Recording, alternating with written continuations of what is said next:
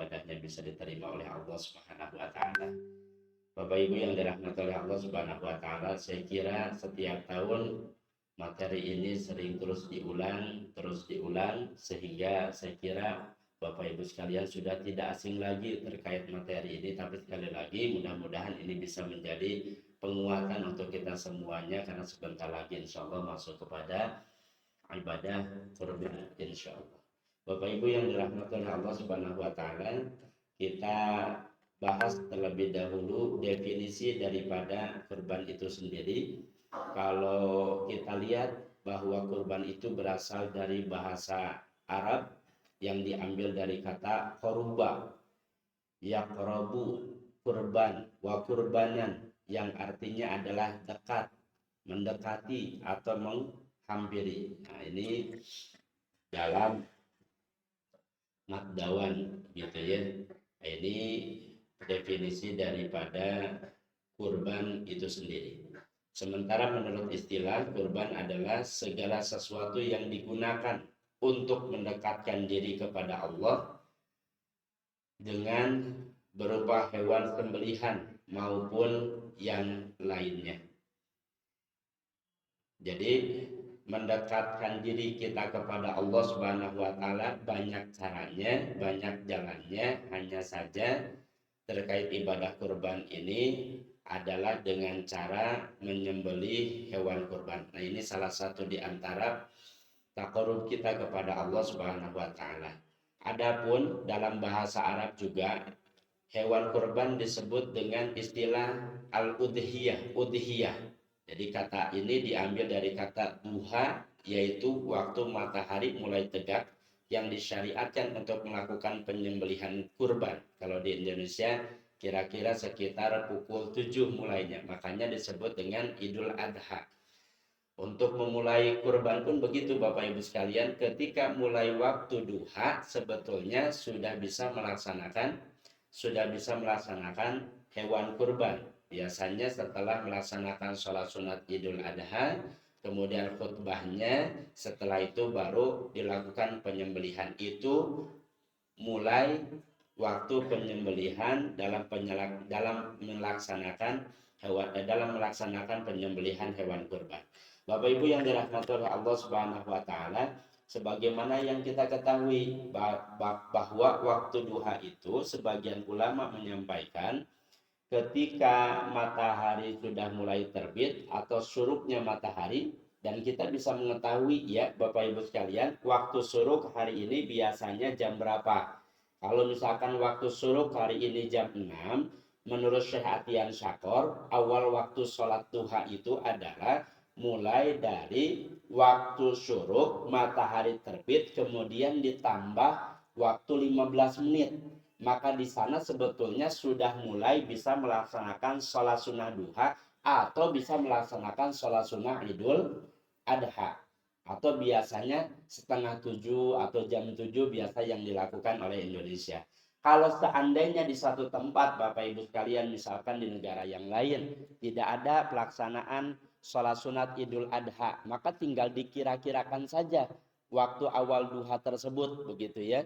Jadi sebatas ketika masuk waktu syuruk ditambah 15 menit, kemudian sekitar kira-kira bisa melaksanakan sholat sunnah Idul Adha ditambah khutbahnya.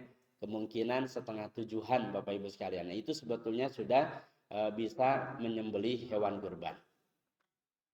Kemudian landasan kurban kita sudah pahami bersama bahwa Allah Subhanahu wa taala sampaikan dalam Quran surah Al-Kautsar ayat kedua, fasolli li rabbika wanhar, maka dirikanlah salat karena Tuhanmu dan berkurbanlah. Ini jelas dalilnya ya Bapak Ibu sekalian. Kemudian aku diperintahkan, diwajibkan untuk menyembelih kurban, kata Nabi, sedang kurban itu bagi kamu adalah sunnah. Sehingga berangkat dari sini hukum kurban sebagaimana yang disampaikan oleh jumhur ulama, Imam Syafi'i, Hambali, kemudian Maliki, ini menyatakan bahwa kurban itu hukumnya sunnah muakkadah, bukan wajib, Bapak Ibu sekalian. Imam Malik, Asy-Syafi'i, Imam Hambali, Imam Abu Yusuf, Imam Ishaq bin Rawaihi, Ibnul Munzir, Ibnu Hazm dan lainnya bahwa kurban itu hukumnya sunnah bagi orang yang mampu, bukan wajib. Baik orang itu berada di kampung halamannya atau misalkan dia sedang dalam perjalanan ataupun pada saat mengerjakan haji, hukumnya sunnah muakkadah. Walaupun memang dihukumi oleh madhab Hanafi itu hukumnya adalah wajib. Sementara 3 madhab yang lain selain daripada madhabnya Imam Hanafi menyatakan bahwa hukum kurban adalah sunnah muakkadah, Bapak Ibu sekalian. Hanya saja para ulama sepakat yang ketiga ini. Madhab Syafi'i, Hambali, Maliki menyatakan bahwasanya wa yukrohu bitarkiha lil qadir alaiha. Dimakruhkan bagi orang yang mampu sekalipun hukumnya sunnah muakkadah, tapi hukumnya makruh bagi orang yang mampu tidak melaksanakan ibadah kurban. Sekarang saya tanya Bapak Ibu sekalian, kalau makruh itu kan kita tidak melaksanakan, dihukumi makruh. Ketika kemudian kita melaksanakan perkara yang makruh, kira-kira berdosa atau tidak? Dosa tidak Bapak Ibu sekalian. Ini kan kita nggak berkurban, mampu, tadi hukumnya sunnah, tapi makruh. Kira-kira kita tidak berkurban padahal mampu, berdosa atau tidak? Dosa tidak? Kalau makruh nggak berdosa. Kan tadi hukumnya sunnah muakkadah. Hanya saja dihukumi makruh Bapak Ibu sekalian bagi orang yang mampu. Hanya saja yang perlu dipahami oleh kita semuanya Bapak Ibu sekalian, kalau seandainya sekalipun hukumnya sunnah muakkadah tidak dilaksanakan hukumnya makruh, tapi kalau seandainya perkara makruh itu terus-terusan diulang, maka ini bisa menjadi jalan Allah Subhanahu wa taala mencabut mahabbahnya pada diri seseorang, mencabut keberkahan pada rezeki seseorang. Kita sering Bapak Ibu sekalian mendengar ucapan yang keluar dari lisan kita sendiri kepada orang lain dengan membahasakan, dia mah nggak pernah melakukan kesalahan kepada saya, dia mah nggak pernah berbuat dosa kepada saya, nggak pernah melakukan kesalahan kepada saya, tapi entah kenapa saya nggak seneng kepada dia tuh. Nah Bapak Ibu sekalian, kalimat tidak seneng itu sebetulnya bisa menjadi jalan menghalanginya kita untuk memberikan hadiah kepada seseorang. Munculnya ketidaksenangan ini akan memunculkan jarak di antara keduanya.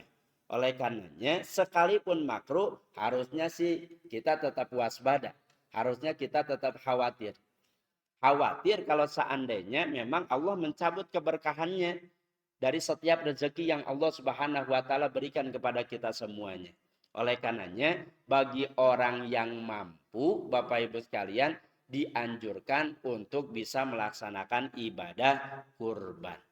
Kemudian timbul pertanyaan ya Bapak Ibu sekalian, Ustaz, kalau ukuran mampu, batasan mampu itu segimana?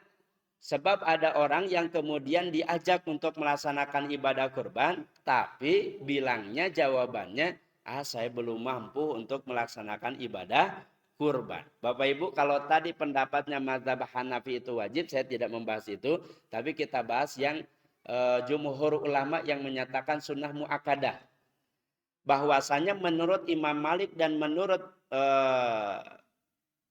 Imam Hambali, bahwasanya kalau seandainya seseorang bisa membeli hewan kurban untuk disembelih, kemudian setelah membeli hewan kurban hidupnya tidak susah Bapak Ibu sekalian.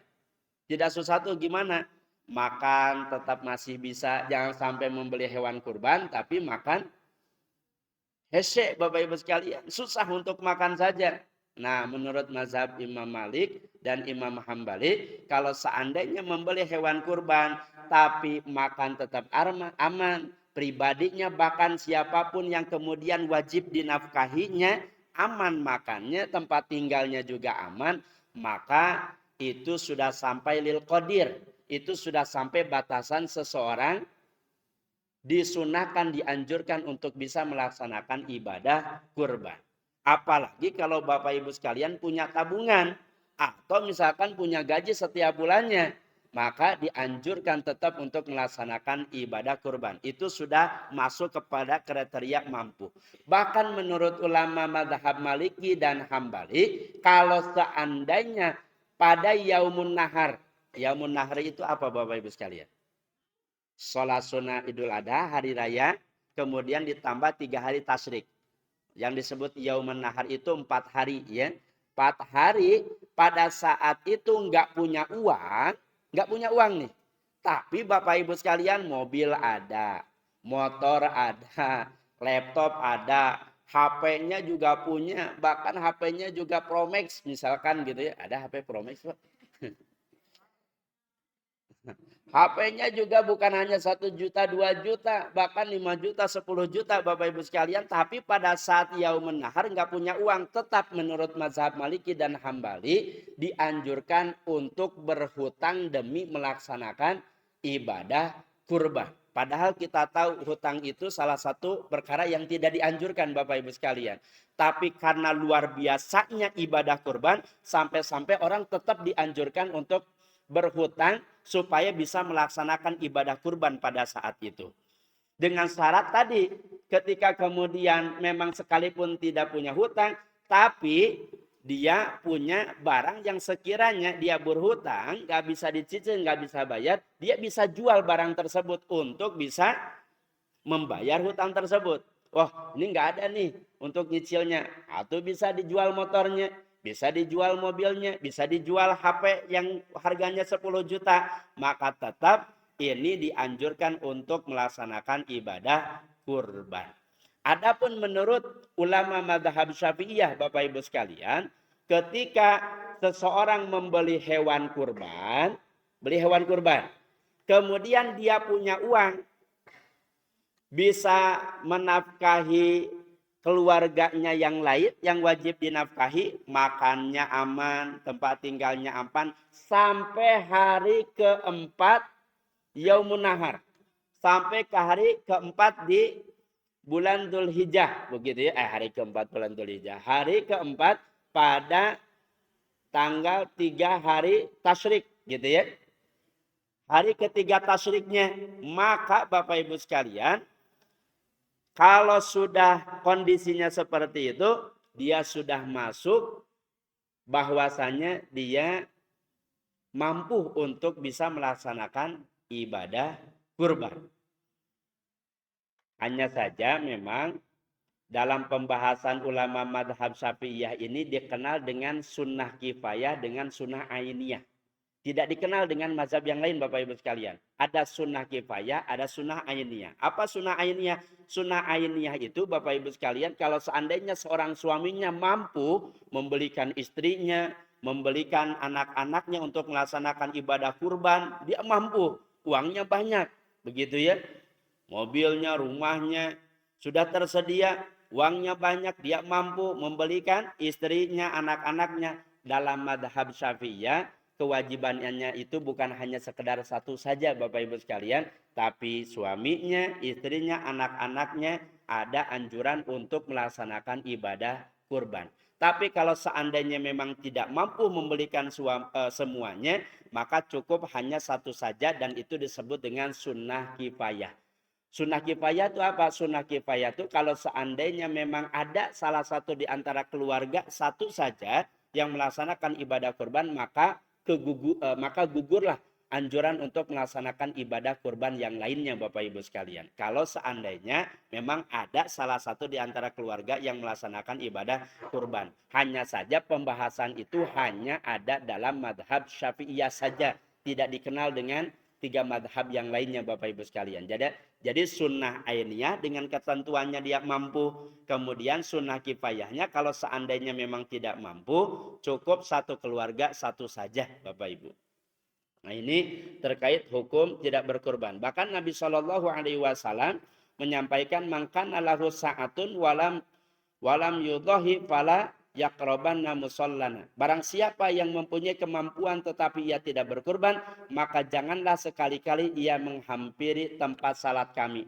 Ini ada larangan daripada Rasulullah. Hanya saja larangan ini sifatnya bukan sampai kepada perkara yang haram, tapi hanya sampai pada perkara yang makruh, Bapak Ibu sekalian. Ada larangan, tapi tidak ada konsekuensinya, tidak ada sanksinya. Nah, ini biasanya dihukumi bahwa larangan itu adalah larangannya makruh. Tapi kalau ada larangan, kemudian muncul sanksinya, konsekuensinya, nah ini sifatnya biasanya haram, Bapak Ibu sekalian. Kemudian, hewan kurban yang sekiranya dijadikan untuk disembelih adalah, kita pahami, ini sudah kita maklumi, unta, sapi, kambing. Domba bisa Bapak Ibu sekalian? Bisa, karena satu marga dengan kambing. Nuhideng tenaun sana kerbau. Naon bahasa Sundanya Bu? Kerbau. Munding. Kata milarian istilah munding. Munding, kerbau itu juga masih bisa Bapak Ibu sekalian. Kenapa? Karena masih satu marga dengan sapi, mungkin begitu ya. Hanya saja kalau seandainya Ustadz, gimana kalau misalkan rusa? Rusa kan mirip-mirip kambing. Nah, kalau rusa nggak boleh. Ustadz, saya mau berkorbannya dengan hewan yang harganya lebih mahal daripada sapi, lebih mahal daripada kambing ataupun sapi misalkan. Apa tuh Bapak Ibu sekalian? Kuda misalkan. Gajah. Kuda atau misalkan gajah. Saya mau nyembelih dengan kuda saja. Bapak Ibu sekalian, kira-kira boleh tidak? Tidak boleh. Kenapa? Karena hewan yang memang akan disembelih itu sudah ditentukan oleh syara. Begitu ya. Unta, sapi, dan kambing. Maka kalau seandainya Bapak Ibu sekalian di rumah ada ayam, ada itik, Ustaz, nggak apa-apalah, saya mah kurbannya dengan itik saja, dengan ayam saja. Kira-kira sembelihannya jadi atau tidak? Jadi, kalau sembelihannya mah cuma nggak masuk kepada ibadah kurban. Begitu ya Bapak Ibu sekalian, kalau seandainya disembelih pada yaumun nahar, ayam ataupun itik. Sembelihannya jadi, tapi tidak termasuk ke dalam ibadah kurban. Hal ini disampaikan oleh Allah Subhanahu wa taala, liyadhkurusmallahi ala ma razaqahum min bahimatil an'am. Nah, yang dimaksud dengan bahimatil an'am itu menurut para ulama yaitu tadi sapi, kambing, domba ataupun kerbau, Bapak Ibu. Nah, ini terkait hewan kurbannya. Adapun waktu pelaksanaan ibadah kurban, kurban dilaksanakan setelah melaksanakan sholat sunnah Idul Adha tanggal 10 Dzulhijjah hingga akhir tasyrik sebelum maghrib, yaitu tanggal 13 Dzulhijjah. Maka kurban tidak sah bila disembelih sebelum melaksanakan sholat sunnah Idul Adha. Karena di satu tempat ada Pak, sebelum masuk kepada hari raya Idul Adha, malamnya, malam takbiran berarti ya, itu sudah dicicil ada yang menyembelihnya. Dengan alasan apa? Supaya nanti pagi-pagi itu sudah terhidang, sudah tersedia makanan untuk santap makan, menikmati daging hewan kurbannya. Nah, kalau seandainya malam hari atau sebelum masuk kepada pelaksanaan sholat sunnah Idul Adha, gitu ya, maka ibadah kurbannya itu tidak sah. Artinya bahwa ketika menyembelih hewan kurban pada malam hari 10 Dzulhijjah sebelum masuk sholat sunat Idul Adha, maka itu tidak sah dalam melaksanakan ibadah kurbannya. Nggak jadi, ya, nggak termasuk ke dalam pelaksanaan ibadah kurban. Maka kata Nabi, barang siapa menyembelih kurban sebelum sholat Idul Adha 10 Dzulhijjah, maka sesungguhnya ia menyembelih untuk dirinya sendiri, dan barang siapa menyembelih kurban sesudah sholat Idul Adha dan 2 khutbahnya, maka sesungguhnya ia telah menyempurnakan ibadah kurbannya dan telah sesuai dengan sunnah ketentuan dalam Islam. Maka minimal tadi waktu penyembelihan hewan kurban itu dikira-kirakan ketika seseorang melaksanakan sholat sunnah Idul Adha, kemudian melaksanakan 2 khutbahnya. Setelah itu baru kemudian menyembelih hewan kurban. Kemudian tempat berkurban, Bapak Ibu sekalian. Oh, sebentar. Untuk waktu berkurban, Bapak Ibu, waktu berkurban itu harus siangnya atau juga dengan malamnya boleh? Kira-kira malamnya boleh atau tidak Bapak Ibu sekalian? Misalkan malam di tanggal 11 bulan Dzulhijjah, mulai awal hari tasyrik begitu ya. Itu boleh atau tidak, Bu? Halo? Kenapa diam begini atau ada? Boleh itu, Pak? Boleh. Malam hari? Ada yang tidak, ada yang boleh. Pak, boleh atau tidak, Pak? Halo? Menyembelih hewan kurban pada malam hari, tapi asalkan sudah masuk tadi yaumun nahar, Bapak Ibu sekalian, hukumnya boleh sekalipun malam hari. Tapi nanaonan begitu ya. Bapak Ibu nyembelih malam hari begitu ya, keur mapoek, capek, giliran istirahat mending siang hari saja begitu ya Bapak Ibu sekalian. Tapi kalau seandainya memang ada yang mau melaksanakan malam hari, enggak jadi masalah Bapak Ibu sekalian, tetap sah ibadah kurbannya. Kemudian tempat berkurban, diutamakan tempat penyembelihan kurban itu adalah di dekat tempat sholat Idul Adha di mana kita sholat, misalnya lapangan atau misalnya di masjid. Sebab Rasulullah Shallallahu Alaihi Wasallam juga berbuat demikian. Kalau di sini pelaksanaan ibadah kurbannya di mana Bapak Ibu? Di mana? Ada di sebelah sini ya. Di lapangan atau? Kalau sholat sunat Idul Adha-nya di mana Pak? Di sini ya. Maka sunnahnya memang di tempat yang dekat dengan melaksanakan ibadah sholatnya. Tapi juga dalam hadis riwayat yang lain itu juga bukan merupakan perkara yang wajib, hanya sunnah saja Bapak Ibu sekalian, ya. Karena Rasulullah Shallallahu Alaihi Wasallam juga mengizinkan penyembelihan di rumahnya masing-masing. Begitu. Ada yang melaksanakan ibadah kurban di rumahnya, Pak? Bukan di dalam rumah begitu ya. Nah, termasuk juga Bapak Ibu sekalian, ada juga yang disampaikan oleh sahabat Abdullah bin Umar radhiyallahu anhu bahwasanya beliau menyembelih kurban di manhar, yaitu penjagalan atau rumah potong hewan, tidak di dekat tempat sholatnya, tidak di rumahnya. Itu juga diperbolehkan, hanya saja lebih utamanya tadi di tempat melaksanakan sholat Idul Adha. Tapi di rumahnya masing-masing juga mangga, silahkan Bapak Ibu sekalian, gitu ya. Itu tempat berkurban. Adapun keutamaan berkurban sebagaimana yang disampaikan oleh Rasulullah Shallallahu Alaihi Wasallam, ma'amila ibnu adama yauman nahri amalan haba ilallahi azza wa jalla min hiraqatidam. Tidak ada suatu amal anak Adam pada hari raya kurban yang lebih dicintai Allah selain menyembelih kurban. Maknanya Bapak Ibu sekalian, kalau seandainya ada seseorang yang bersedekah dengan sejumlah harga hewan kurban tersebut atau lebih daripada sejumlah harga hewan kurban tersebut, maka tetap di sisi Allah Subhanahu wa taala lebih mulia seseorang yang membeli hewan kurban kemudian menyembelihnya pada saat itu Bapak Ibu sekalian. Bahkan dilanjutkan dalam hadis ini bahwasanya wa innahu fa innahu ya'ti yaumal qiyamah bi quruniha wa adlafiha wa ash'ariha. Bahkan nanti pada hari kiamat Bapak Ibu sekalian, tanduknya, kukunya, rambutnya itu akan datang menghadap ke Allah Subhanahu wa taala untuk menjadi pembela, untuk menjadi syafaat pertolongan bagi orang yang menyembelihnya Bapak Ibu sekalian. Punten ya. Biasanya Bapak Ibu kalau seandainya motong hewan kurban, kira-kira kukunya dibagikan enggak? Nih kuku hewan kurban dibagiin, nih jatah ibu kuku ya. Ini jatah ibu misalkan tanduknya ya. Kira-kira ada enggak? Biasanya kalau untuk kuku tanduk digimanain Bapak Ibu sekalian? Dibuang? Bisa dimanfaatin tidak? Mungkin Bapak Ibu di sop gitu ya, sop kuku bisa misalkan ya. Sop kuku sapi, sop sekalian?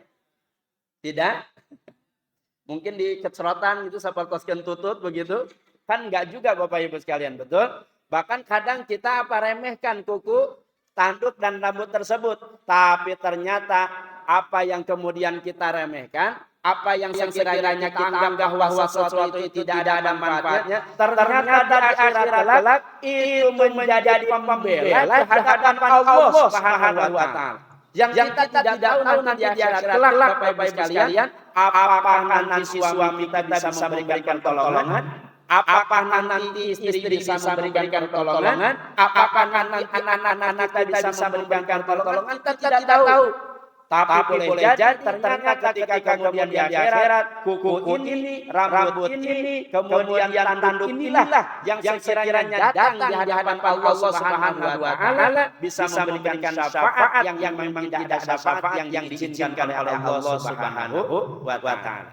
Bahkan kata Nabi lagi meneruskan hadisnya, wa inna dama la yaqa'u anallahi azza wa jalla bi makanin qabla an yaqa'a al-ardi. Bahkan Bapak Ibu sekalian sebelum darah hewan kurban itu sampai ke tanah, maka itu amalannya sudah diterima oleh Allah Subhanahu wa taala. Saking cepatnya sebelum darah itu jatuh ke tanah, itu amalannya sudah diterima oleh Allah Subhanahu wa taala. Makanya Bapak Ibu sekalian, bagi orang-orang yang beriman, kalau seandainya memang lewati kesempatan yang hanya satu tahun sekali Bapak Ibu sekalian, hanya satu tahun sekali, tapi tidak melaksanakannya, nampaknya rugi gitu ya kalau seandainya tidak bisa melaksanakan ibadah kurban ini. Tapi dari mana Ustaz? Gak ada kemampuan sebetulnya ya Bapak Ibu sekalian yang bisa memberikan rezeki itu Allah. Hanya saja sebetulnya bagaimana tekad yang ada di dalam diri kita. Kita mau atau enggak sebetulnya begitu ya. Kalau seandainya misalkan ada tekad saja yang kuat, itu jauh-jauh hari kita sudah mempersiapkan. Mungkin nabungnya, mungkin kemudian kita berusaha, ikhtiar, kerja dan lain sebagainya, kemudian kita lakukan untuk melaksanakan ibadah kurban. Kalau seandainya ada tekad yang kuat di dalam diri kita untuk bisa melaksanakan ibadah kurban. Tapi kalau seandainya memang Bapak Ibu sekalian ada tekad yang kuat, jangan yang punya uang. Yang punya uang saja, nggak punya tekad keinginan untuk melaksanakan ibadah kurban, maka demi Allah Bapak Ibu sekalian, dia nggak bakal bisa melaksanakan ibadah kurban kecuali kalau seandainya ditolong oleh Allah Subhanahu wa taala. Bapak Ibu malam tadi nggak punya niatan, nggak punya tekad untuk melaksanakan salat tahajud. Kira-kira Bapak Ibu sekalian bangun malam salat tahajud atau tidak? Nggak punya niatan, nggak punya tekad. Yang ada bangun malam kemana? Ke WC. Balik tidur begitu. Kenapa enggak punya tekad? Enggak punya niatan sama sekali untuk melaksanakan salat tahajud. Maka begitu pun ketika seseorang punya tekad untuk melaksanakan ibadah kurban, maka ada ikhtiar, ada usaha untuk bisa melaksanakan ibadah kurbannya Bapak Ibu sekalian. Bahkan kata Allah dalam Al-Qur'an, wa may yu'azzim sya'airallah fa innaha min taqwal qulub. Barang siapa yang mengagungkan syariat Allah dengan cara melaksanakan ibadah kurban, fa innaha min taqwal qulub. Sesungguhnya di dalam dirinya ada ketakwaan kepada Allah Subhanahu wa taala. Kalau Allah perintahkan kepada kita semuanya hari ini untuk memelihara anak-anak kita, kira-kira mau tidak? Serem ya Bapak sekalian. Hari ini kita enggak diperintahkan oleh Allah untuk memelihara putra-putri kita seperti halnya Nabi Ibrahim. Tapi hari ini kita hanya diperintahkan oleh Allah untuk memelihara hewan kurban Bapak sekalian. Sehingga mudah-mudahan kalau seandainya memang ada kesempatan Bapak Ibu bisa melaksanakan ibadah kurban, insyaallah mudah-mudahan kita sama-sama melaksanakan ibadah kurban dan mudah-mudahan amalan inilah yang menyelamatkan kita semuanya baik di dunia atau di akhirat kelak. Bapak Ibu yang dirahmati oleh Allah, kemudian pemanfaatan daging kurban. Nah, sering ada pertanyaan ya Bapak Ibu sekalian, kalau manfaat daging kurban itu cara pembagiannya seperti apa? Walaupun ini beda-beda ya, tapi salah satu di antaranya adalah hadis yang disampaikan oleh Ibnu Majah dan Tirmidzi bahwasanya Rasulullah menyampaikan fakulu wa atimu wa takhiru. Makanlah daging kurban itu, berikan kepada fakir miskin dan simpanlah mungkin untuk menjaga tamu atau misalkan keluarga atau misalkan untuk memberi tangga gitu ya Bapak Ibu sekalian. Sehingga tiga ulama mazhab Maliki, mazhab Hanafi, mazhab Hambali, mazhab Syafi'i itu mengatur dalam pembagian hewan kurban. Boleh diambil 1/3 oleh muqarib gitu ya. Orang yang berkorbannya 1/3 lagi boleh disimpan untuk diberikan kepada tangga, hari kerabatnya, saudara-saudaranya supaya yang kecil gitu ya. Masa kita yang menyembelih hewan kurban ada saudaranya teh kieu jadi kasih gitu ya Bapak Ibu kalian, maka boleh diberikan termasuk juga kepada fakir miskin. Bahkan alangkah lebih bagusnya kalau seandainya yang menyembelih hewan kurban misalkan sebagian kecil dia mencicipi daripada hewan kurban tersebut dan sisanya untuk yang lainnya itu lebih bagus Bapak Ibu sekalian gitu ya. Hanya saja memang disunahkannya orang yang menyembelih hewan kurban pun tetap dia ada bagiannya untuk kemudian dia menikmati daripada daging hewan kurban tersebut Bapak Ibu sekalian, supaya salah satu di antara tanda syukurnya kepada Allah Subhanahu wa taala. Itu sunnahnya. Ya, Bapak Ibu sekalian, itu sunnahnya. Jadi dia tetap ada bagian, kemudian juga sisanya yang lain silakan diberikan kepada yang lainnya. Ini kan biasanya panitia di masing-masing tempat punya aturan Bapak Ibu sekalian. Ya, misalkan kalau di sini aturannya sekalipun yang menyembelih hewan kurbannya misalkan datang, tapi tetap sudah diatur bahwa setiap kali pembelian yang punya yang koribnya itu diberikan 2 kilo gitu ya, misalkan sudah diumumkan itu harus terima Bapak Ibu sekalian ya. Jadi silakan boleh mau ke fakir miskin, mau ke tetangga bahkan sekalipun dia punya harta masalah silakan gitu ya. Tapi juga yang koribnya tetap disunahkan untuk menyicipnya Bapak Ibu sekalian. Itu kalau seandainya ibadah kurban yang sunnah. Ada ibadah kurban yang wajib tidak Bapak Ibu sekalian? Oh. Ada yang wajib tidak? Kalau seandainya ibadah hewan kurban tersebut dinadarkan. Kalau dinadarkan itu hukumnya jadi wajib. Berarti harus dilaksanakan. Kalau ternyata betul dilaksanakan, maka untuk ibadah kurban yang wajib ini muqaribnya tidak diperbolehkan sama sekali untuk mengambil daripada bagian hewan kurban tersebut. Kalau ibadah kurbannya ibadah kurban yang wajib. Tapi kalau yang sunnah boleh sebagian diambil Bapak Ibu sekalian. Ini sampai jam berapa ya? Sampai jam 6. Saya selesaikan dulu ya. Baik, tadi ada teknis dan alat teknis. Saya izin menyampaikan terlebih dahulu ya, Bapak Ibu supaya tuntas.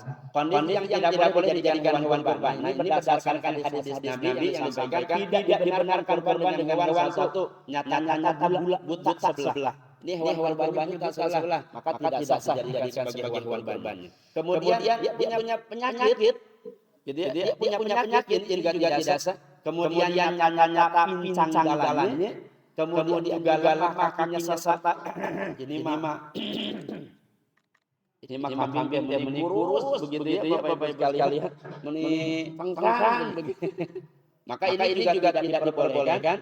Yang tidak ada sebagian anduknya ini juga sama tidak diperbolehkan. Yang tidak ada sebagian kupingnya, hidungnya terpotong, pendek ekornya terputus atau terpotong, termasuk juga rabun matanya. Sama si kambing kalau misalkan jalan-jalan abrak Bapak Ibu sekalian, abrak tembok ditabrak, orang ditabrak gitu ya. Ada orang ditabrak kambing, Pak. Banyak seruduk gitu. Jangan lagi nyembelih juga. Langsung ngacurali Bapak Ibu sekalian, Masya Allah. Nah, hal-hal yang seperti ini tidak diperkenankan untuk hewan kurban disembelih pada hari raya Idul Adha Bapak Ibu sekalian. Tapi pertanyaannya gimana Ustaz? Kalau misalkan ada seseorang yang dari mulai lahirnya juga sampai udah pincang, diurusnya juga udah pincang, dan dia tidak punya hal yang lain untuk membeli hewan kurban yang lain, mampunya hanya saja. Dari kecil juga si kambing itu udah pincang dan saya mampunya hanya ini saja, maka sebagian ulama tetap membolehkan Bapak Ibu sekalian walaupun secara zahir dia tidak mendapatkan pahala, tapi tetap ibadah kurbannya diterima oleh Allah Subhanahu wa taala. Begitu sebagian ulama menyampaikan Bapak Ibu sekalian dalam mazhab Syafi'iyah. gitu ya. Tapi bagi orang yang mampu membeli hewan kurban yang sekiranya lebih besar, kemudian milih yang ini, maka ibadah kurbannya tidak sah.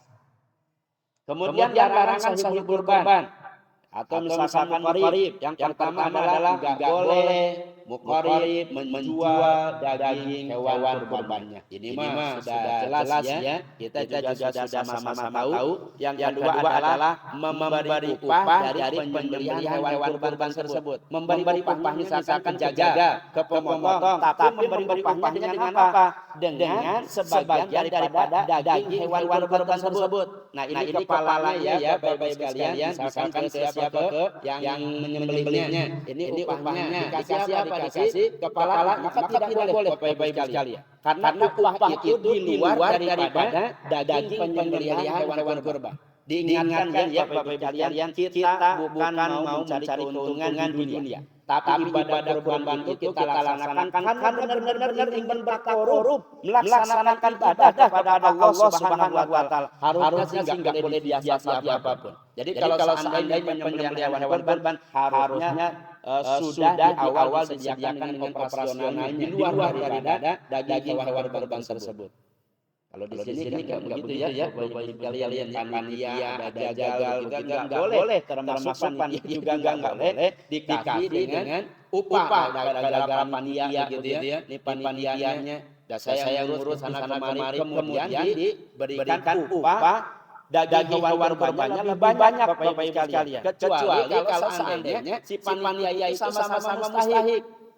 Kan panitia juga tetap mendapatkan bagian daripada hewan kurban ya. Tapi jangan sampai karena mengatasnamakan saya panitia, saya yang mengurus itu ini ya. Maka ini tidak diperbolehkan. Itu yang saya pahami Bapak-Ibu sekalian. Maka ketika kemudian hal itu memang bisa dihindari Bapak-Ibu sekalian, jangan dilakukan. Sekali lagi bahwa wanita itu adalah sebagai wakil begitu ya, sebagai wakil daripada orang yang menyembelih hewan kurban. Sekali lagi bahwa hewan kurban ini adalah salah satu di antara ibadah yang kita lakukan kepada Allah Subhanahu wa taala. Kalau seandainya panitia mengambil daripada hewan kurban itu karena memang jatah atau bagian enggak masalah. Tapi kalau sama-sama upah menjadi panitia, nah ini yang tidak diperbolehkan. Sebaiknya bukan mengambil daripada daging hewan kurbannya sebagai upahnya, misalkan kas daripada masjidnya, atau misalkan sudah ada uang operasional yang memang dikhususkan untuk panitia, itu tidak jadi masalah. Yang penting tidak boleh mengambil daripada bagian daripada daging hewan kurban tersebut. Termasuk juga misalkan kulitnya Bapak-Ibu sekalian. Kulitnya mah ke panitia begitu ya. Boleh tidak Bapak-Ibu sekalian? Boleh. Boleh tidak?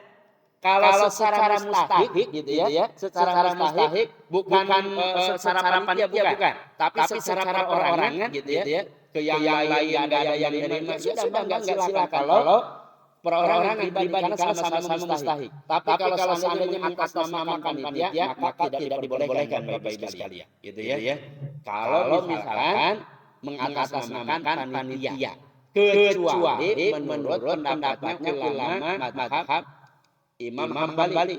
Ahmad bin Hanbal itu memperbolehkan menjual kulit oleh panitia dengan catatan kalau seandainya memang kulit itu tidak bisa dimanfaatkan Bapak-Ibu sekalian. Ini enggak ada yang bisa memanfaatkan kulit ini begitu ya. Terus bagaimana? Nah dijual tapi hasil jualnya itu tetap diberikan kepada yang lainnya Bapak-Ibu sekalian. Jadi tetap sama-sama dimanfaatkan. Itu menurut pendapat Imam Ahmad menurut pendapatnya Imam Ahmad bin Hanbal. Tapi kalau seandainya ada yang menerima kulit tersebut, enggak apa-apa dikasihkan Bapak-Ibu sekalian. Kalau kulit kambing kan nampaknya susah untuk dipotong-potong ya Bapak-Ibu sekalian, kecuali kalau sapi, kerbau kan bisa dipotong-potong dibagikan juga dengan yang lain. Tapi kalau misalkan kulit kambing kan susah Bapak-Ibu begitu ya. Susah gimana caranya begitu ya, mau dipotong-potong dikecil-kecil. Makanya diberikan kepada orang yang memang mampu mengelolanya. Kalau misalkan mampu mengelolanya, diberikan saja. Itu rezekinya Bapak-Ibu sekalian. Boleh tidak? Boleh, silakan. Sekali lagi, kalau seandainya memang bisa dihindarkan untuk kemudian panitia menjualnya, maka tidak boleh panitia menjualnya. Kecuali kalau misalkan truk masing-masing pribadinya sebagai mustahiknya, bukan sebagai panitianya. Mangga enggak dipersilakan Bapak-Ibu sekalian. Yang ketiga adalah menggagalkan hewan kurban. Gitu ya. Udah dibeli tapi enggak jadi pada korbannya. Ini ada larangannya gitu ya Bapak Ibu sekalian. Sampai kemudian justru kita sudah membeli hewan kurban tapi justru tidak jadi untuk melaksanakan ibadah kurban. Dan yang keempat adalah memotong kuku atau rambut saat memasuki bulan Dzulhijjah. Bagi Bapak Ibu sekalian yang mau melaksanakan ibadah kurban, ada larangan dari Rasulullah untuk memotong kuku ataupun rambut pada saat memasuki bulan Dzulhijjah. Tapi sekali lagi larangan ini bukan bersifat haram menurut jumhur ulama, hukumnya sunnah saja begitu ya Bapak Ibu sekalian. Kemudian kalau teknis penyembelihan mah nampaknya sama-sama sudah tahu Bapak Ibu sekalian. Yang pertama adalah hewan yang akan diberikan sebelah rusuknya yang kiri dengan posisi mukanya menghadap ke arah kiblat, diiringi dengan membaca doa Rabbana taqabbal minna innaka antas samiul alim. Kemudian yang kedua meletakkan kakinya, penyembelih meletakkan kakinya yang sebelah di atas leher hewan gitu ya, ditengkekkeun gitu ya itu sebetulnya nama teknis Bapak Ibu sekalian. Dan yang ketiga penyembelih melakukan penyembelihan sambil membaca bismillah Allahu akbar saja menurut ulama mazhab Syafi'iyah, tidak mengucapkan bismillahirrahmanirrahim pun sembelihan jadi Bapak Ibu. Kenapa? Karena kita sudah muslim, sekalipun tidak membaca bismillahirrahmanirrahim tetap penyembelihannya jadi, karena mengucapkan bismillahirrahmanirrahim menurut ulama mazhab Syafi'iyah hukumnya sunnah. Adapun membaca doa Allahumma minka wa ilaika Allahumma taqabbal minni ini pun hukumnya sunnah Bapak Ibu sekalian. Itu mungkin yang bisa disampaikan secara sekilas begitu ya tentang ibadah kurban. Waktu sudah menunjukkan pukul 6 lebih 10 menit. Barangkali memang ada pertanyaan yang akan disampaikan, didiskusikan terlebih dahulu Bapak Ibu sekalian, dipersilakan. Kalau seandainya tidak ada, saya kira cukup gitu. Enggak. Bapak Ibu yang ingin bertanya, mungkin yang ada yang bertanya atau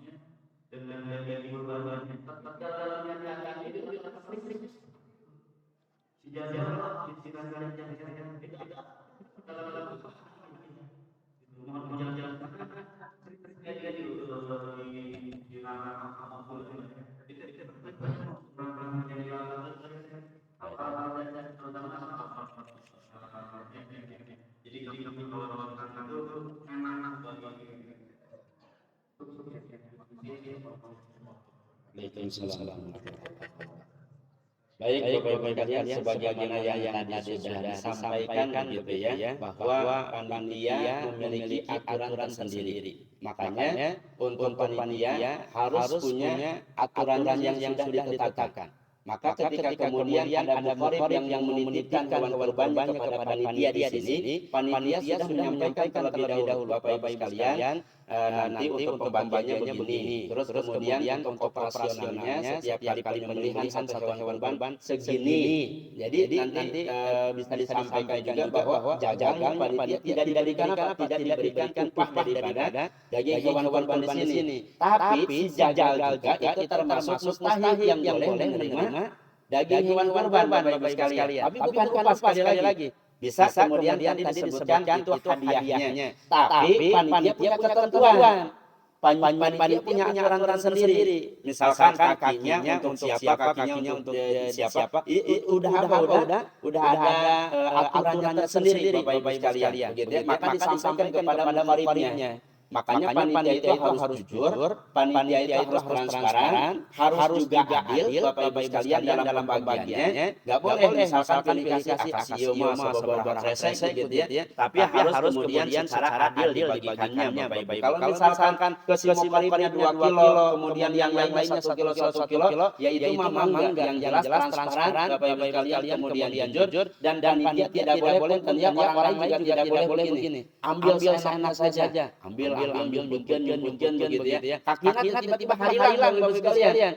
Kaki sapi hilang, kepala sapi juga hilang. Enggak boleh itu perkara yang haram Bapak Ibu sekalian. Sebelum kemudian panitia sendiri yang bagi-bagikan untuk siapa begitu Bapak Ibu. Gitu ya. Jadi sekali lagi bahwa ketika kemudian yang jagalnya juga misalkan minta kepalanya gitu bukan berarti upahnya, bukan berarti dia yang minta kakinya itu sebagai upahnya bukan gitu ya. Kalau seandainya memang ketetapan dari panitianya seperti itu ya silahkan gitu Bapak Ibu sekalian. Kalau seandainya memang ketetapannya seperti itu. Jangan sampai upahnya enggak diberi apa-apa saya mah ini aja dengan kepala saja gitu ya. Uang diberi hanya dengan kepala sapinya saja. Maka ini yang tidak dibolehkan. Ini hukumnya haram. Termasuk Bapak Ibu sekalian yang mohon maaf ya. Yang saya pahami kan biasanya ada di beberapa tempat saya nggak tahu. Kalau Bapak Ibu di sini ada nggak sebagian daging yang diambil untuk dipasak dan dimakan oleh panitia? Ada ya. Baik Bapak Ibu sekalian, tidak ada. Di sini nggak ada. Nah di sini nggak ada ya kan?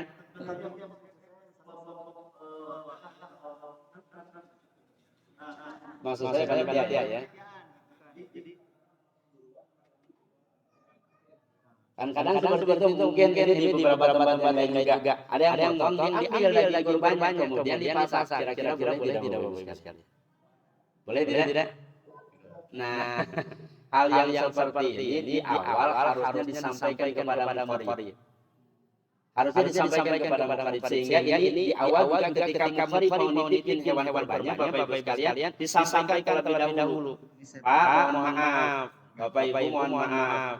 Jadi nanti kalau misalkan hewan kurban di sini ada sebagian jatah dari 1/3 muridnya itu yang diambil. Kemudian mohon izin untuk supaya ayah panitia supaya lebih kuat gitu ya. Tapi dengan meminta izin terlebih dahulu kepada muridnya. Mengambil daripada sebagian 1/3 gitu ya. Sebagian daripada murid yang diterimanya. Sehingga kita tidak mengambil sisanya yang lain untuk keluarga, untuk bagian tidak. Tapi kita sudah meminta izin terlebih dahulu kalau untuk sapi, Bapak Ibu sekalian ya sapi. Kalau untuk sapi kan 7 orang.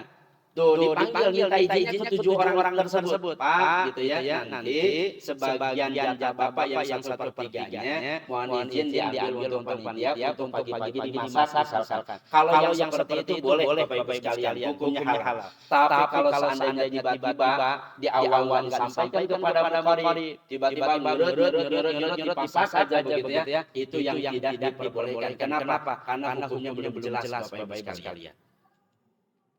Kecuali kalau misalkan memang sudah ditimbang Bapak Ibu dan dikasih, kemudian masing-masing bagian ayo dipasak itu mah terserah karena sudah menjadi hak milik Bapak Ibu sekalian yang sudah diberikan gitu ya. Saya mohon maaf ini sesuai dengan apa yang saya pahami ketika kemudian panitia langsung mengambil tanpa seizin muridnya. Karena kenapa ngomong ke murid? Karena yang jelas adalah murid 1/3-nya. Beda dengan sisanya yang lain. Sisanya yang lain kan dibagi-bagikan kepada orang lain. Harusnya ngomong juga ke orang lain. Ini yang lebih mudah adalah ngomongnya ke siapa?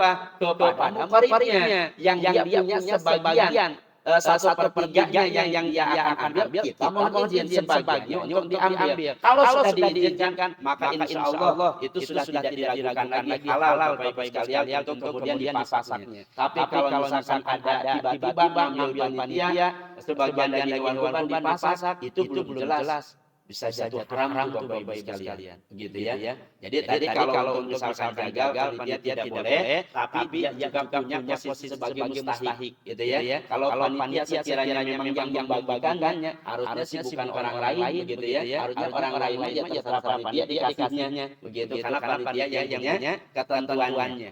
Jadi nanti Bapak Ibu sekalian juga menyampaikan, Bapak Ibu mohon maaf kalau di sini, itu ya termasuk jaga pun hanya kita berikan misalkan kaki benan misalkan gitu ya, itu mah harus nerima aja, begitu Bapak Ibu sekalian, gitu ya. Wallahu a'lam. Begitu mungkin, mudah-mudahan jauh.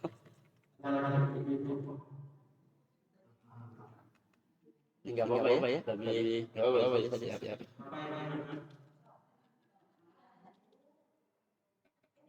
Di depan. Ya.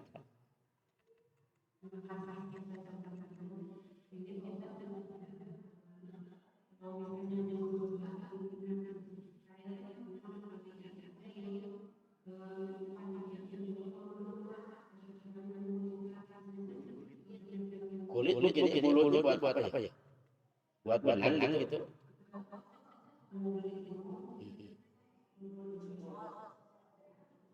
Wow. Baik.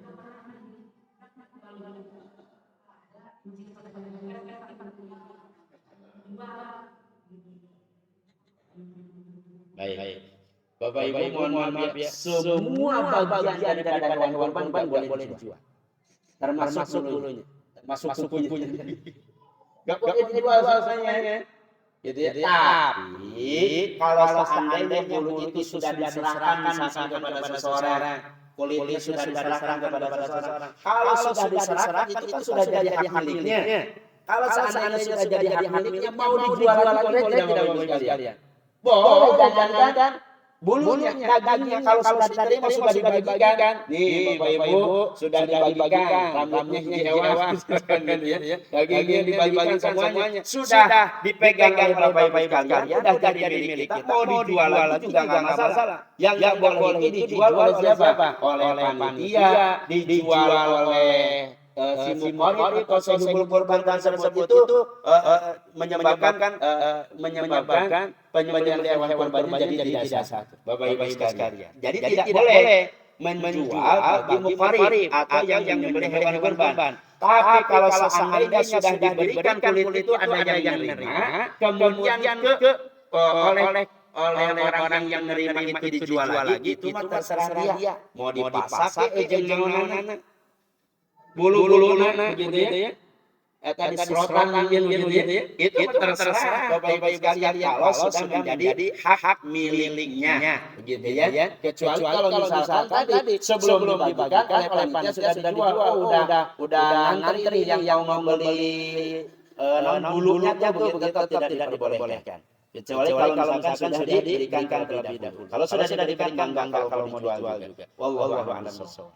Ibu tadi ya?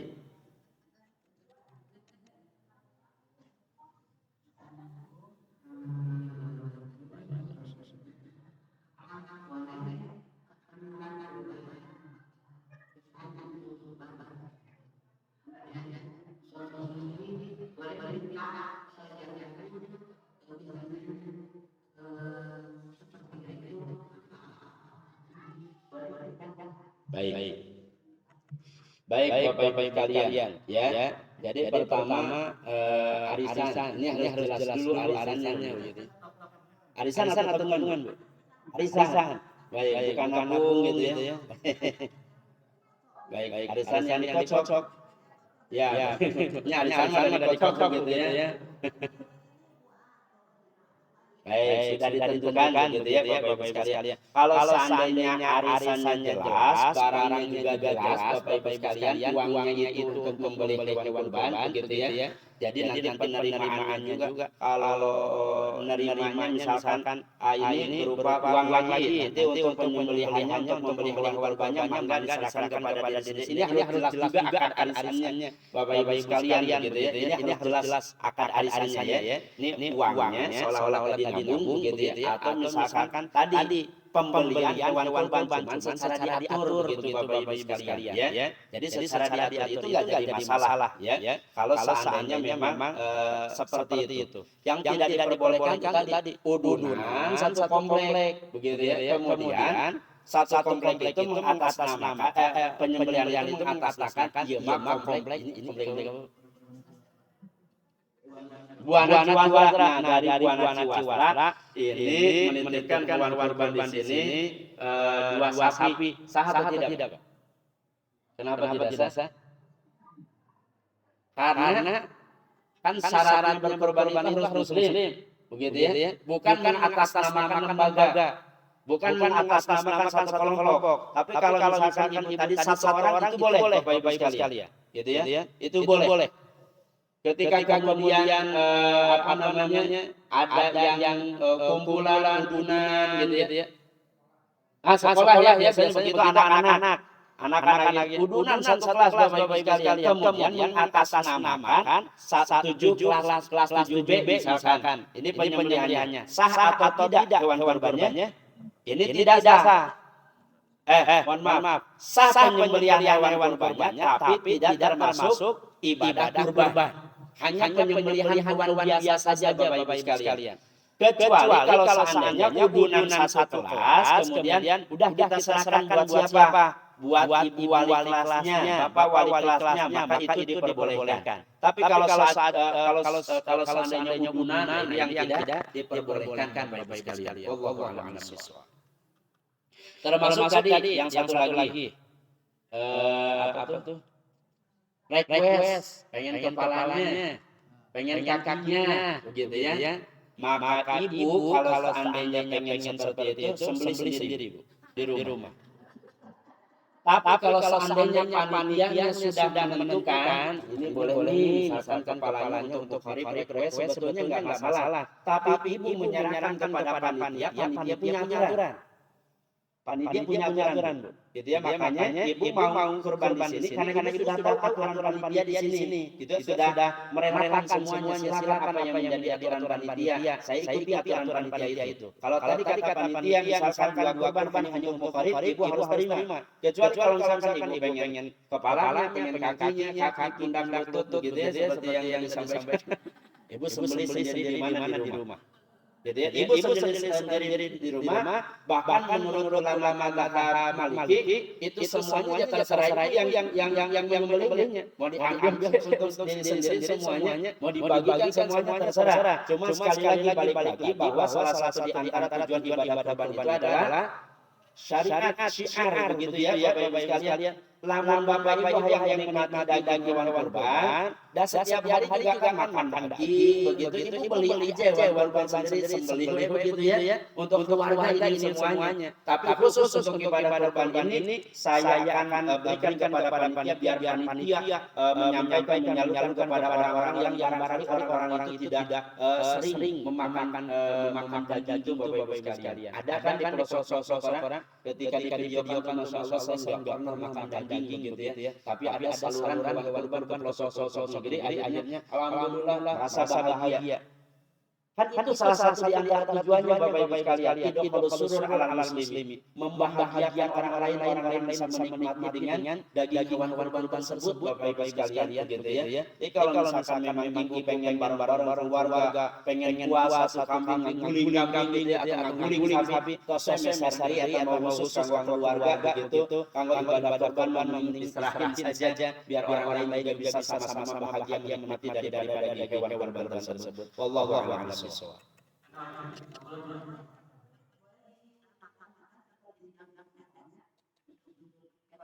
Baik, kalau untuk pembagiannya sebaiknya dipercepat.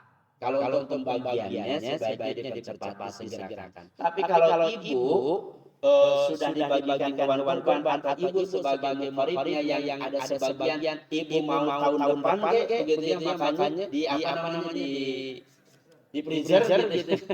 Atau tadi di corner silakan mangga saja, tapi untuk pembagiannya sunnahnya disegerakan Bapak Ibu sekalian, jangan sampai ditunda-tunda. Wallahu a'lam. Cukup Bapak Ibu? Oh, ada lagi? Baik.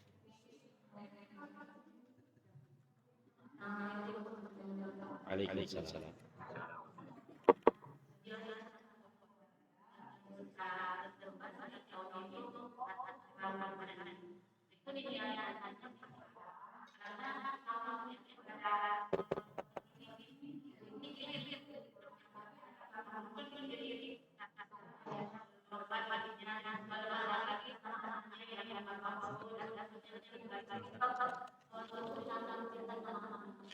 Baik.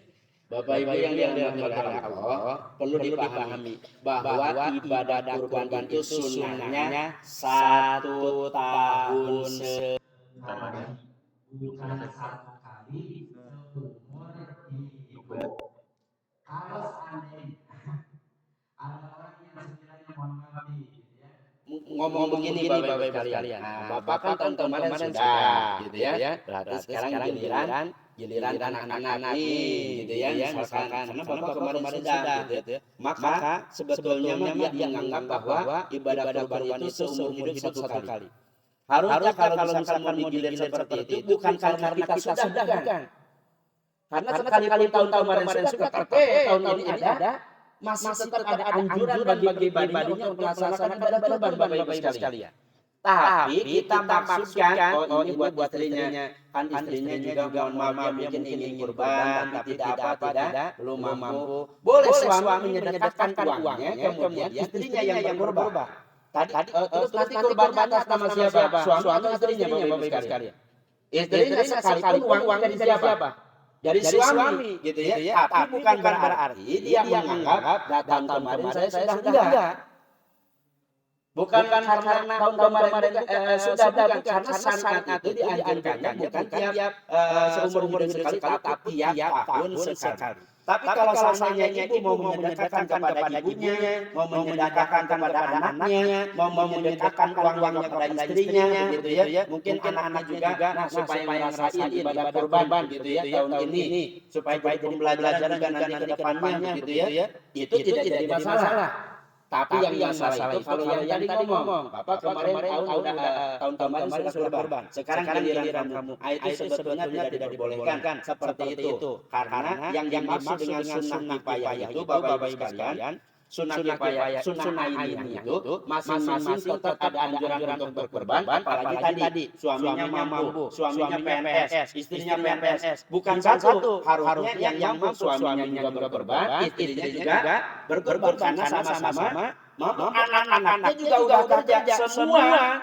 Suaminya berkorban, istrinya berkorban, anak-anaknya juga berkorban karena memang mampu. Ini yang dimaksud sunnah ini. Cuma sekali lagi tadi, kalau seandainya memang ternyata yang lain yang mampu, yang mampunya hanya satu, maka yang lainnya memang gugur anjuran untuk melaksanakan ibadah kurbannya. Gitu Bapak Ibu sekalian. Jadi kalau seandainya mau digilir nggak masalah. Cuma niatnya jangan sampai karena tahun kemarin sudah kurban. Wallahu a'lam. Mungkin itu. Ada. Kalau misalnya sudah.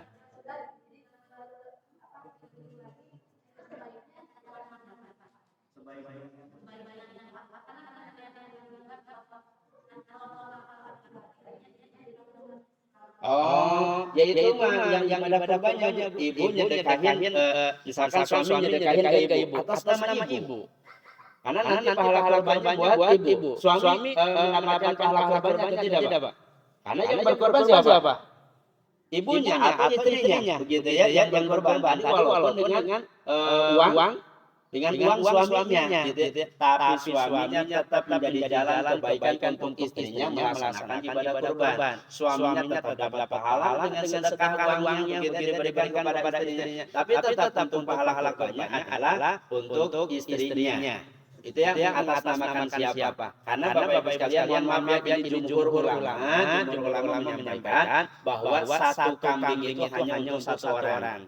Kecuali kalau tadi sapi itu untuk 7 orang. Begitu ya Bapak Ibu sekalian. Wallahu a'lam bishawab. Mungkin mudah-mudahan bisa dipahami.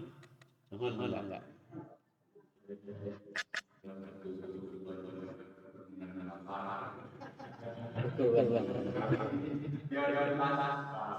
Siap.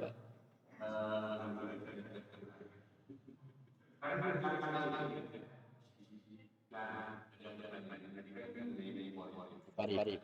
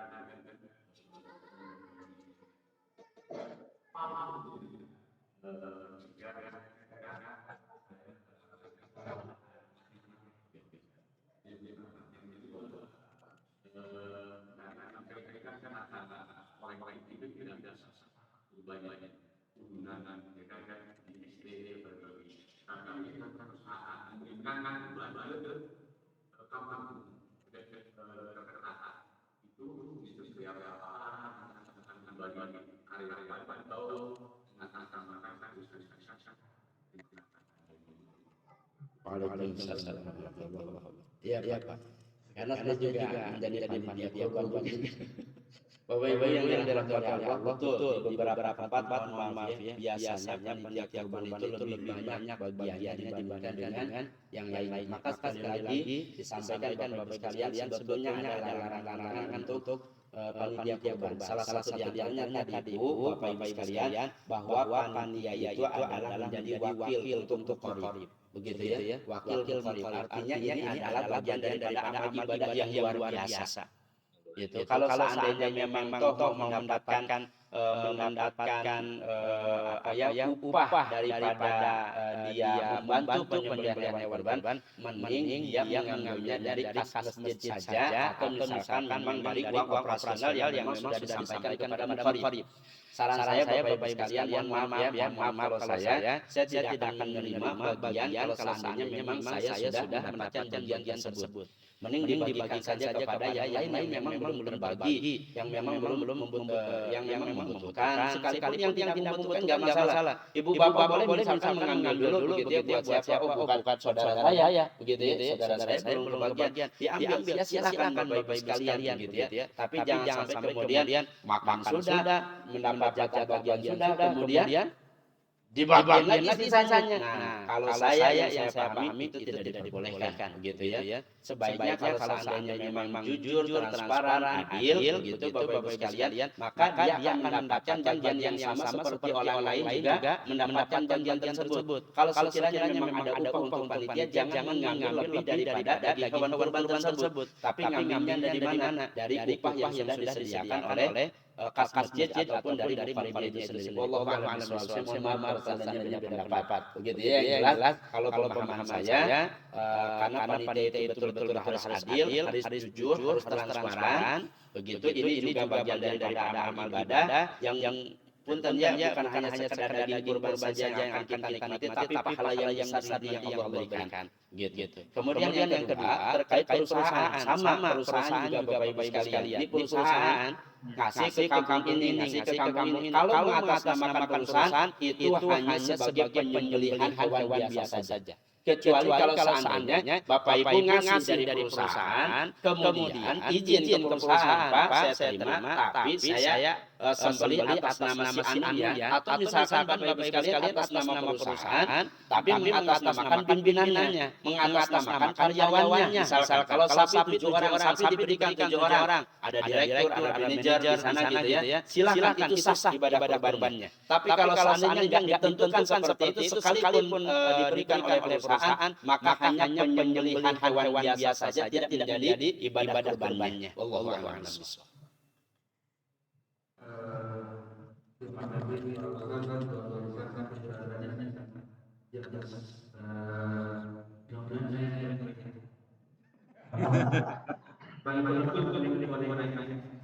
Oke, baik. Siap. Apa yang dilakukan tadi terutama untuk usaha jual kulit dan kepala termasuk yang tidak berpendidikan di sasaran Allah beberapa lalu pernah dan kebersihan hari ini sehingga jadi tapi yang terjadi berjalan di kita kadang-kadang tidak boleh dibawa kecuali oleh usahanya. Bagaimana kalau kulit itu dijual, tapi dari jual walaupun yang kecil, tapi diberikan yang hari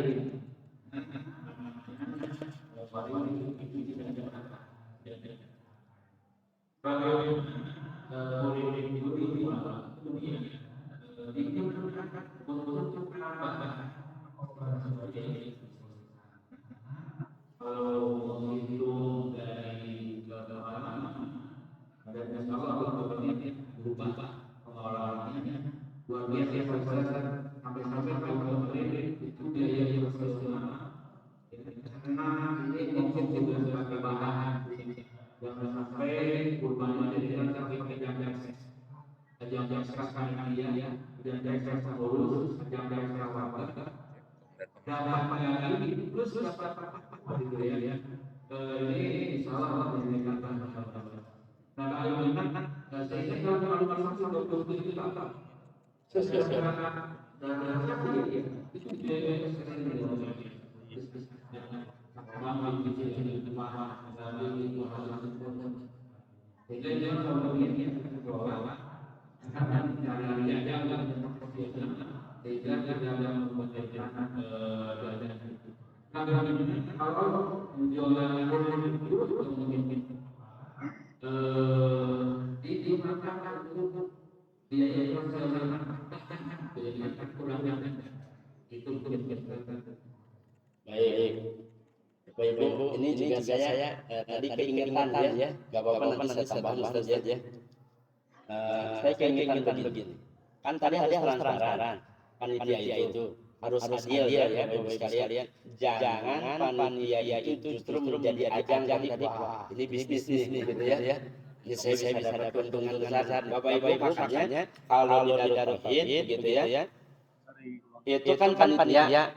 Misalkan harga korban itu sekitar 2 juta, maka dengan biaya operasionalnya misalkan jadi 2.300.000 misalkan, itu dengan biaya operasional 2 juta harga kambingnya, 300-nya kemudian operasional. Saya nggak tahu kalau di sini begitu nggak Ustaz?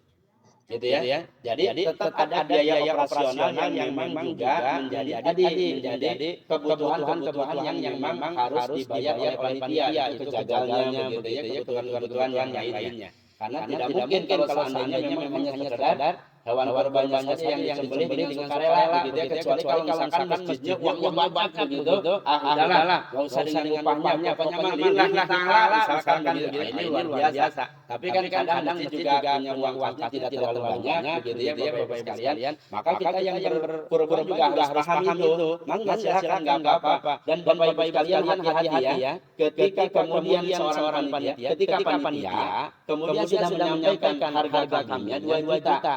Ternyata Bapak Ibu malah dijadikan bisnis. Nyari kambingnya yang harga 18 juta, lumayan 200.000 kan gitu. Hati-hati itu juga pengkhianatan Bapak Ibu sekalian tidak dibolehkan. Kalau seandainya memang yang tadi sudah ditentukan harga kambing itu 3 juta, ternyata memang harganya bukan 3 juta. Harganya berapa? 2.800.000, berarti ada sisa berapa? 200. Bapak Ibu harus tetap izin terlebih dahulu kepada siapa? Kepada muhrimnya. Pak, ternyata kambingnya bukan 3 juta.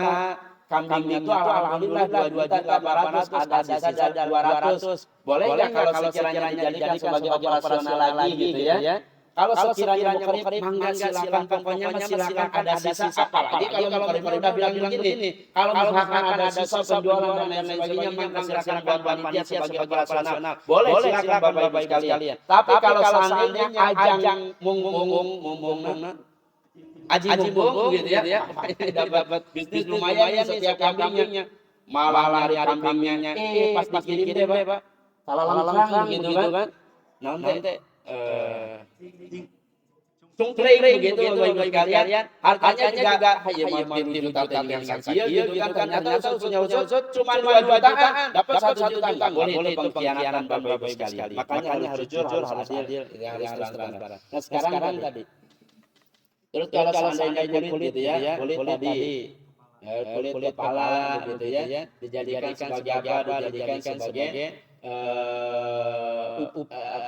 bukan operasional gitu ya, membantu operasional. Kalau seandainya Bapak Ibu sekalian kita lihat daripada tujuan daripada hewan kurban tersebut gitu ya, tadi ya, ini mohon maaf juga kalau seandainya berbeda pendapat. Kalau seandainya melihat daripada tujuan hewan tersebut adalah dimanfaatkan kepada yang mustahiknya, beda ya antara mustahik zakat dengan mustahik kurban, begitu ya Bapak Ibu sekalian. Nah, sebagian ulama memang tetap boleh dijual oleh panitia begitu ya, kalau misalkan yang lain tidak ada yang menerima. Kalau misalkan tidak ada yang menerima, tapi kalau ada yang menerima tidak masalah Bapak Ibu sekalian. Sekali lagi kalau ada yang menerima sebaiknya kulit itu diberikan. Kenapa? Karena bisa dimanfaatkan Bapak Ibu sekalian. Karena tujuannya adalah orang lain supaya bisa mengambil manfaatnya. Makanya sebagian ulama sebagian ulama tetap boleh membolehkan, Ahmad bin Hanbal tetap membolehkan menjual kulit tersebut dengan catatan Bapak Ibu sekalian bahwa hasilnya itu tetap dimanfaatkan oleh orang lain, begitu ya. Walaupun tadi sebagian ulama juga membolehkan untuk diberikan kepada individualnya panitia, bukan kepada panitianya sendiri Bapak Ibu sekalian. Ada juga yang membolehkan Bapak Ibu sekalian dijual ya tadi karena kekurangan dana begitu ya.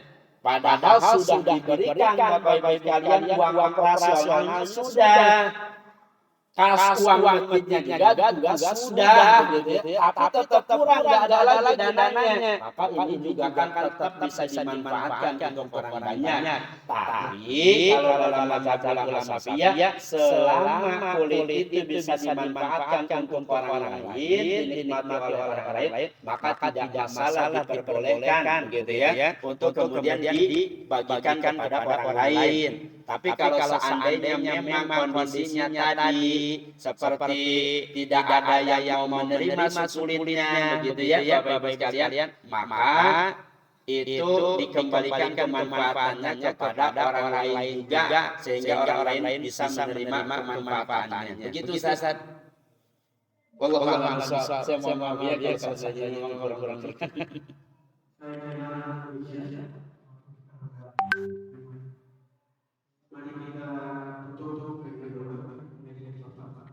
Bapak Ibu saya mohon maaf ya, ini udah hampir jam 7 yang tadi direncanakan sampai jam 6, tapi mudah-mudahan ada manfaatnya Bapak Ibu sekalian, dan mohon maaf jika ada kekurangannya, ada kesalahannya begitu ya. Mudah-mudahan Allah ampuni saya, dan kita senantiasa terus dibimbing oleh Allah Subhanahu wa taala dengan berbagai macam keilmuan yang Allah berikan kepada kita untuk senantiasa bisa melaksanakan berbagai macam amal ibadah kepada Allah Subhanahu wa taala. Begitu termasuk ketika nanti pada saat melaksanakan ibadah kurban, supaya menghindarkan diri daripada perbuatan dosa dan kemaksiatan. Mudah-mudahan Allah istiqomah kita juga dalam melakukan ketaatan sampai akhir hayat Allah jadikan hayat yang husnul khotimah. Al-Fatihah. A'udzubillahi minasyaitonir rajim. Bismillahirrahmanirrahim. Alhamdulillahirabbil alamin. Ar-Rahmanir Rahim. Maliki yaumiddin. Iyyaka na'budu wa iyyaka nasta'in. Ihdinas siratal mustaqim. Siratal ladzina an'amta 'alaihim ghairil maghdubi 'alaihim waladdallin. Allahumma shalli wa sallim wa barik 'ala Muhammad ya Allah ya rabbal alamin. Duhai Allah, Qadrat yang maha segala-galanya, Qadrat yang maha kuasa, Qadrat yang maha melihat setiap aktivitas ibadah yang kami lakukan. Ya Allah, jadikan pertemuan demi pertemuan yang kami lakukan ini menjadi amal saleh ya Rabb, menjadi jalan penggugur dari setiap dosa dan maksiat yang sudah kami lakukan. Ya Allah, jadikan tempat ini menjadi saksi di hadapan-Mu ya Rabb, bahwa kami melaksanakan ibadah kepada-Mu ya Rabb. Selamatkan kami dari siksa api neraka jahanam. Ya Allah, ampuni setiap dosa dan maksiat yang selama ini kami lakukan.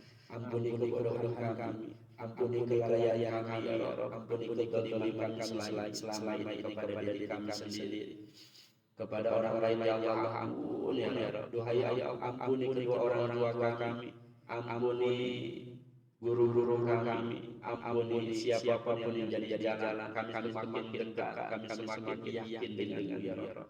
Duhai Allah, berikan kemudahan dari segala urusan yang sedang kami hadapi, berikan keyakinan yang kuat pada bahwa Allah Zat yang segala-galanya, Engkau Zat yang maha memberikan rezeki, Engkau Zat yang maha baik, Engkau Zat yang memberikan takdir yang terbaik kepada kami semuanya ya Rabb. Engkau Zat yang maha segala-galanya, Engkau Zat yang maha besar.